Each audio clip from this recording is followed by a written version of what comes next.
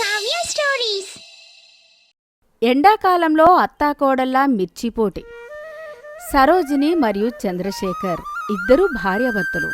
వారికి ఒక కొడుకు ఉండేవాడు. అతని పేరు కృష్ణ. కృష్ణ భార్య పేరు కావ్య. కృష్ణ మరియు కావ్యాది ప్రేమ వివాహం. సరోజినికి కావ్య అంటే అస్సలు ఇష్టముండేది కాదు. అసలు అత్తాకోడళ్లకు ఎప్పుడూ పడేది కాదు. నేను గొప్ప అంటే నేను గొప్ప అంటూ ఎప్పుడూ గొడవలు పడుతూ ఉండేవారు. ఈ పెళ్లి కాకముందు ఈ ఇల్లు స్వర్గంలా ఉండేది. ఎప్పుడైతే నీ పెళ్లి జరిగిందో అప్పటి నుండి ఈ ఇల్లు రణరంగంలా మారిపోయింది. ఎప్పుడూ గొడవలు జరుగుతూనే ఉన్నాయి. ఏ వైపు నుండి ఎవరు సమరశంఖం ఊదుతారో అని భయంగా ఉంది. అంటే ఏంటి నాన్నగారు మీరు అనేది? కావ్య ఇంటికి వచ్చినప్పటి నుండి ఇలా గొడవలు జరుగుతూ ఉన్నాయి అని అంటూ ఉన్నారా? అంటే కేవలం కావ్య తప్పు మాత్రమే ఉంది అని చెప్తూ ఉన్నారా? లేదు లేదు, కావ్య కారణంగా గొడవలు జరుగుతూ ఉన్నాయి అని నేను అనడం లేదు. పెళ్లి కారణంగా గొడవలు మొదలయ్యాయి అంటూ ఉన్నాను. దీని అర్థం ఏంటంటే ఎవరు పెళ్లి చేసుకున్నా గొడవలు తప్పవు. 30 ఏళ్ల క్రితం నేను మీ అమ్మని పెళ్లి చేసుకున్నాను. అప్పుడు నేను మీ అమ్మ కలిసి రోజు కొట్టుకునేవాళ్ళం. ఆ తర్వాత నువ్వు పెళ్లి చేసుకున్నావు, ఇంటికి కావ్యని తీసుకొని వచ్చావు. ఇప్పుడు మీ అమ్మ నాతో గొడవ పడడం మానేసి కావ్యతో గొడవ పడుతూ ఉంది. ఏది ఏమైనా ఇద్దరు ఆడవాళ్ళు గొడవ పడుతూ ఉంటే చూడ్డానికి చాలా భయంగా ఉంటుంది. అవును నాన్న, మీరు చెబుతూ ఉన్నది నిజమే. బాగా బలంగా ఉన్న ఒక ఇద్దరు కుస్తీ పడితే ఎలా ఉంటుందో మన ఇంట్లో ఆడవారి గొడవ కూడా అలాగే ఉంటుంది. వారిలో వారు గొడవ పడితే ఎలాంటి సమస్య లేదు. కానీ వారిద్దరు గొడవపడి మన కడుపులు మాడుస్తూ ఉన్నారు. ఇవాళైనా వంట వండారో లేదో. అలా చంద్రశేఖర్ మరియు కృష్ణ మాట్లాడుకుంటూ వంటగది వైపుకు వెళ్తారు. వంటగదిలో సరోజిని మరియు కావ్య ఇద్దరూ మాట్లాడుకుంటూ ఉంటారు. ఇవాళ నేను కేవలం ఉప్మా మాత్రమే వండుతాను. ఇంట్లో ఉన్న వారందరూ ఉప్మానే తినాలి. లేదత్తయ్యగారు, నేను నిన్న రాత్రి నిర్ణయించుకున్నాను ఇవాళ పెసరట్టు వండాలి అని. చూడండి, పప్పు కూడా నానబెట్టి రుబ్బి పెట్టాను.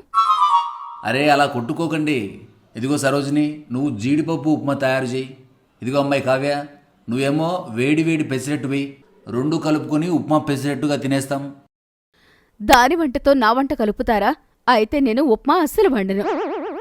నేను కూడా పెసరట్టు తయారు చేయను. ఏమో, ఎవరికి తెలుసు, నేను పెసరట్టు తయారు చేసిన తర్వాత మీరు దానిని తినేస్తే? అలా అనుకుని సరోజిని మరియు కావ్య ఇద్దరూ తమ తమ గదుల్లోకి వెళ్ళిపోతారు. ఇవాళ కూడా మనం అనుకున్నదే జరిగింది. ఇద్దరూ గొడవపడి ఎవరూ వంట చేయలేదు. వీరిద్దరి మధ్య సఖ్యత ఎప్పుడు కుదురుతుందో ఏమో. అలా కృష్ణ మరియు చంద్రశేఖర్ బాధపడుతూ ఉంటారు. అలా సరోజిని మరియు కావ్య ఎప్పుడూ గొడవపడుతూ ఉండేవారు. ఒకరోజు ప్రమీల అనే ఒక మహిళ సరోజిని ఇంటికి వస్తుంది. సరోజిని, ఓ సరోజిని, నీతో కాస్త మాట్లాడాలి. ఏమిటి ప్రమీల? ఏంటి విషయం? నాతో ఏం మాట్లాడాలనుకుంటున్నావు? ఏమీ లేదు. మీరు ప్రతి నెల కారాన్ని ఎక్కడి నుంచి కొని తీసుకొనొస్తారు? ఇంకెక్కడి నుండి తీసుకొనొస్తాం? మార్కెట్ నుండి తీసుకొనొస్తాం. ఏమో, మార్కెట్లో దొరికే అన్ని వస్తువులు కల్తీ అనట. కారం కూడా కల్తీ అనే చెప్తున్నారు. నేనేమో అమెరికాలో ఉంటూ ఉన్నా నా కూతుర్ల కోసం ఆవకాయ పెట్టాలి అనుకుంటున్నాను. కానీ నాకు స్వచ్ఛమైన కారం ఎక్కడా దొరకలేదు. స్వచ్ఛమైన కారం ఎక్కడ దొరుకుతుందో కాస్త చెప్తావా? స్వచ్ఛమైన కారం అంటే అసలు ఏమిటి? అంటే మిరప చెట్లకు పండిన మిరపకాయలను ఎండలో బాగా ఎండబెట్టి దంచి పొడి చేస్తే దానిని స్వచ్ఛమైన కారపొడి అని అంటాం. అలా ఎవరైనా తయారు చేస్తారేమో చెప్పు. నేను వెంటనే వారి దగ్గరికి వెళ్ళి కారాన్ని కొంటాను. త్వరలో వేసవి రాబోతూ ఉంది. అందరూ పచ్చళ్ళు పెట్టడానికి కారం కావాలి అని అంటూ ఉంటారు. నువ్వు కనుక స్వచ్ఛమైన కారం ఎక్కడ దొరుకుతుందో చెప్తే మా బంధువులకి కూడా చెప్తాను. ప్రస్తుతానికి నాకు దాని గురించి ఎలాంటి విషయమో తెలీదు. నాకేమైనా తెలిస్తే నీకు చెప్తానులే.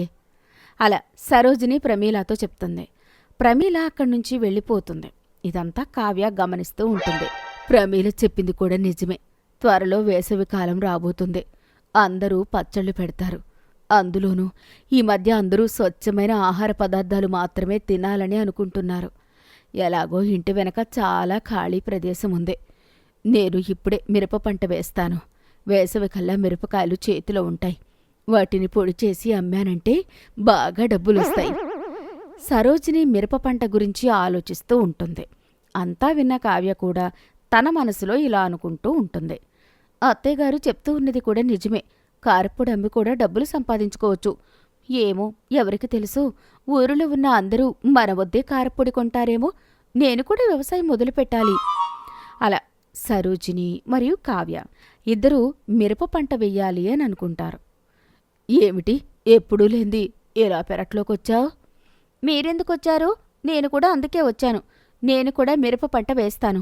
మిరపకాయలను పండించి పొడి చేసి అమ్ముతాను. ఈ కాలం అమ్మాయిలకి వ్యవసాయం గురించి పూర్తిగా తెలిసినట్టు లేదు. నువ్వు తప్పకుండా వ్యవసాయాన్ని పూర్తి చెయ్యలేవు. అత్తయ్య, మీ కాలంలో వ్యవసాయం ఒక పని మాత్రమే, కానీ ఈ కాలంలో వ్యవసాయం ఒక విద్యగా మారిపోయింది. నాకు కూడా ఆ విద్య గురించి ఎంతో కొంత తెలుసు. మరింత తెలుసుకోవడానికి నా వద్ద స్మార్ట్ ఫోన్ కూడా ఉంది. ఇలా ఇద్దరూ పోటీపడి వ్యవసాయం మొదలు పెడతారు. ఒకరేమో ఒకవైపు మిరప పంట వేస్తారు, మరొకరేమో మరొక వైపు వేస్తారు. అలా ఇద్దరూ తమ మిరప పంటని జాగ్రత్తగా కాపాడుకుంటూ ఉంటారు. అలా మరికొంతకాలం గడుస్తుంది. చెట్టు నిండా మిరపకాయలు కాస్తాయి. అలా కాసిన మిరపకాయలను ఎండలో ఎండబెడతారు. అమ్మో, ఎండలు మండిపోతున్నాయి. ఈ వ్యవసాయం నిజంగా అంత సులువేమీ కాదు. చెప్పాను కదా, వ్యవసాయం అంత సులువేమీ కాదని. సరే, వెళ్ళి నాకోసం ఒక గ్లాసుడు మంచినీళ్లు తీసుకొనిరా. అసలు ఎలా కనిపిస్తూ ఉన్నాను అత్తయ్యగారు మీకు? ఇంట్లో ఉన్నప్పుడు మాత్రమే మీరు నాకు అత్తయ్య, నేను మీకు కోడలు. ఇప్పుడు మనమిద్దరం పెరట్లో ఉన్నాం. ఇప్పుడు నేనొక రైతుని, మరి మీరొక రైతు. మన మధ్య అయితే పోటీ జరుగుతూ ఉంది. ఏమో, నేను కనుక వంటగదిలోకి వెళ్ళానంటే మీరు నా మిరపకాయలను ఏం చేస్తారో ఏమో. అలా ఇద్దరూ గొడవ పడుతూ ఉంటారు. అలా మరికొంతకాలం గడుస్తుంది. అత్తా కోడలు ఇద్దరూ ఊరిలో మిరపకాయల గురించి ప్రచారం కూడా చేస్తారు. చూడండి ప్రమీల గారు, నేను మిరపకాయలను పండించాను. ఎలాగో ఈ మధ్య కల్తీ ఎక్కువగా జరుగుతుంది కాబట్టి మీ కళ్ళ ముందే మిరపకాయలను పొడి చేసి మీ చేతిలో పెడతాను. మీరు తప్పకుండా నా వద్దే కారపొడి కొనుక్కోండి. ఇదిగో ప్రమీల, ఆ పిల్ల మాటల్ని అస్సలు పట్టించుకోకు. నేను కూడా మిరపకాయలను పండించాను. నీ కళ్ళ ముందే పొడి చేసి అమ్ముతాను. ఈ విషయం ఊరిలో ఉన్న ఆడవాళ్లందరికీ చెప్పు. అందర్నీ ఇంటి వద్దకు తీసుకొనిరా. అలా అత్తా కోడళ్ళిద్దరూ చెప్పడంతో ఊరిలో ఉన్న ఆడవాళ్లందరూ కారంపొడి కొనుక్కోవడానికి సరోజిని ఇంటికి వస్తారు. రా ప్రమీల, రా. ఇవాళ నువ్వు నా వద్ద మాత్రమే కారపొడి కొనుక్కోవాలి. అలా ఏమి కుదరదు ప్రమీల ఆంటీ గారు, మీరు నా వద్దే కొనుక్కోవాలి. మీరందరూ కూడా నా వద్దే కారంపొడి కొనుక్కోవాలి. వద్దు వద్దు, దాని వద్ద కారం పొడి కొనుక్కోకండి. ఎందుకంటే దాని వద్ద ఉన్న మిరపకాయలు అస్సలు కారంగా లేవు. వాటిని మనం కరకర నమిలి తినేయొచ్చు కూడా. లేదు లేదు, నా వద్ద మిరపకాయలు చాలా కారంగా ఉన్నాయి. మా అత్తయ్యగారి వద్ద ఉన్న మిరపకాయలే తీయగా ఉన్నాయి. కరకర నమిలి వేయడం మాత్రమే కాదు, హాయిగా మింగివేయొచ్చు కూడా. అవునా? అయితే ఏది, ఈ మిరపకాయలు తిని చూపించు అంటూ సరోజిని తాను పండించిన మిరపకాయలని కావ్య ముందు పెడుతుంది. కావ్య తన మనసులో ఇలా అనుకుంటుంది. అరే, ఇదేంటి నేను ఇలా ఇరుక్కున్నాను? ఏది ఏమైనా అత్తయ్య పండించిన మిరపకాయల్లో కారం లేదు అని నేను వీళ్ళందరికీ నిరూపించాలి. అప్పుడే వీళ్ళందరూ నా వద్ద మిరపకాయల పొడిని కొంటారు అంటూ కావ్య సరోజిని పండించిన మిరపకాయలను తినడం మొదలుపెడుతుంది. మీరు కూడా అన్నారు కదా అత్తయ్యగారు, నేను పండించిన మిరపకాయలు అస్సలు కారంగా లేవని. అయితే మీరు కూడా నా వద్ద ఉన్న మిరపకాయలు తిని చూడండి. అలా కావ్య చెప్పడంతో సరోజిని కూడా కావ్య పండించిన మిరపకాయలు తినడం మొదలుపెడుతుంది. సరోజిని తన మనసులో ఇలా అనుకుంటుంది. అనవసరంగా దీన్ని రెచ్చగొట్టున్నాను. ఇప్పుడు ఈ మిరపకాయలు తినవలసి వస్తుంది. ఏది ఏమైనా మిరపకాయలు కారంగా ఉన్నట్టు మాత్రం ఎవరికీ తెలియకూడదు. ఇవి తీయగా ఉన్నట్టు నటిస్తాను. అలా అత్తా కోడళ్ళిద్దరూ మిరపకాయలు తింటూ ఉంటారు. కాని కారం మాత్రం లేనట్టు నటిస్తుంటారు. చిచి, ఇందులో అస్సలు కారం లేదు. ఇలాంటివి నేను 1 కేజీ మిరపకాయలు తినగలను. ఇవైతే రసగుల్లాలా ఉన్నాయి. ఇలాంటివైతే నేను 12 కేజీలు తినగలను. ఏంటి, మీరు పండించిన మిరపకాయల్లో కారం లేదా? సరోజిని పండించిన మిరపకాయలని కావ్య సునాయాసంగా తినేస్తూ ఉంది. ఇక కావ్య పండించిన మిరపకాయలనేమో సరోజిని హాయిగా తినేస్తూ ఉంది. దీనిని బట్టి నాకు అర్థమైంది ఏంటంటే, మీరిద్దరూ పండించిన మిరపకాయలలో అసలు కారం అనేదే లేదు. అవును ప్రమీల, నువ్వు చెప్పింది నిజమే. చూడు, మిరపకాయలను మురుకులు తిన్నట్టు ఎలా తింటున్నారో. వీరసలు మిరపకాయలనే పండించారో లేక మరి ఏదైనా పండించారో ఎవరికి తెలుసు చెప్పు. పద, ఎక్కడి నుంచి వెళ్ళిపోదాం. మనం ఎప్పుడూ వెళ్ళే కొట్టుకు వెళ్ళి కారం పొడి కొనుక్కొని ఆవకాయ పెట్టుకుందాం. ఇలా ఇంటికి వచ్చిన వాళ్ళందరూ అక్కడి నుండి వెళ్ళిపోతారు.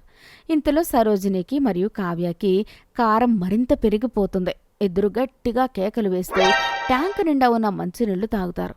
అయినా వారికి కారం తగ్గదు, నోరు మండిపోతూనే ఉంటుంది. ఇప్పటికైనా అర్థమైందా? మీరు ఒకరిపై ఒకరు బురద చల్లుకోవాలని అనుకున్నారు, చల్లుకున్నారు కూడా. ఆ కారణంగా మీరిద్దరూ ఇన్ని రోజులు పడ్డ కష్టం పూర్తిగా వృధా అయిపోయింది. మనం ఎవరినైనా కిందికి లాగాలని ప్రయత్నిస్తే మొదట మనమే కింద పడిపోతాం.